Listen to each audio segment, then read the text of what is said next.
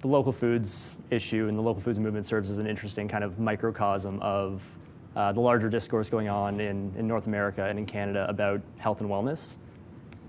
And so for the purposes of this study, and I'm kind of bridging this into my larger research project, but I'm looking at the differences between how local foods are rhetorically framed in an urban versus a rural based setting. So in this case, I'm looking at organizational websites and whether the organizations are based in urban or rural areas and how that kind of changes the dialogue.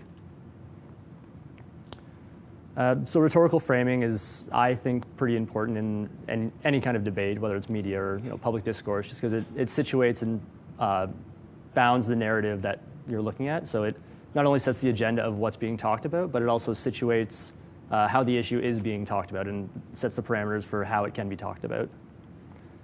So the three that I've been looking at so far, hoping to broaden this sample eventually, but for now I've only got the three. So I've got Toronto Food Share, which is the urban-based site that I've been looking at, which obviously based in Toronto in the GTA.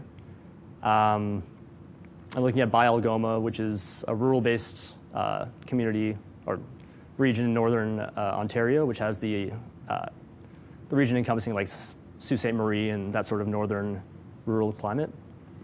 And the last one I'm looking at is for today is North Muskoka Good Food Co-op, which is another rural community in sort of the mid-northern Ontario.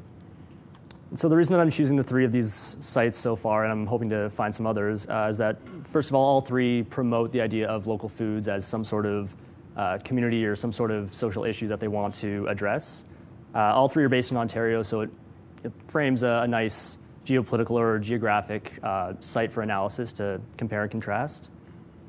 Only of these sites that actually uses any kind of explicit diagnostic framing is the urban-based site in Toronto. So from their mission and values page, they say most people believe that access to food is a basic human right because like air or water, it is fundamental to health and survival. But the question is how to make this right a reality. So that's, like I said, like a very straightforward case of diagnostic framing. Whereas neither of the rural-based websites use any kind of explicit diagnostic framing. And my kind of argument in my paper is that maybe they're just skipping that and going into prognostic framing techniques in a kind of enthematic way where they're sort of leading you along a quasi-logical argument. But for the most part, they just kind of jump right into what they're doing to address local food issues. So from the Muskoka website, they say they're committed to creating a connection between local food producers, consumers, resulting in a vibrant sense of community, as well as asking and listening to its members and its community.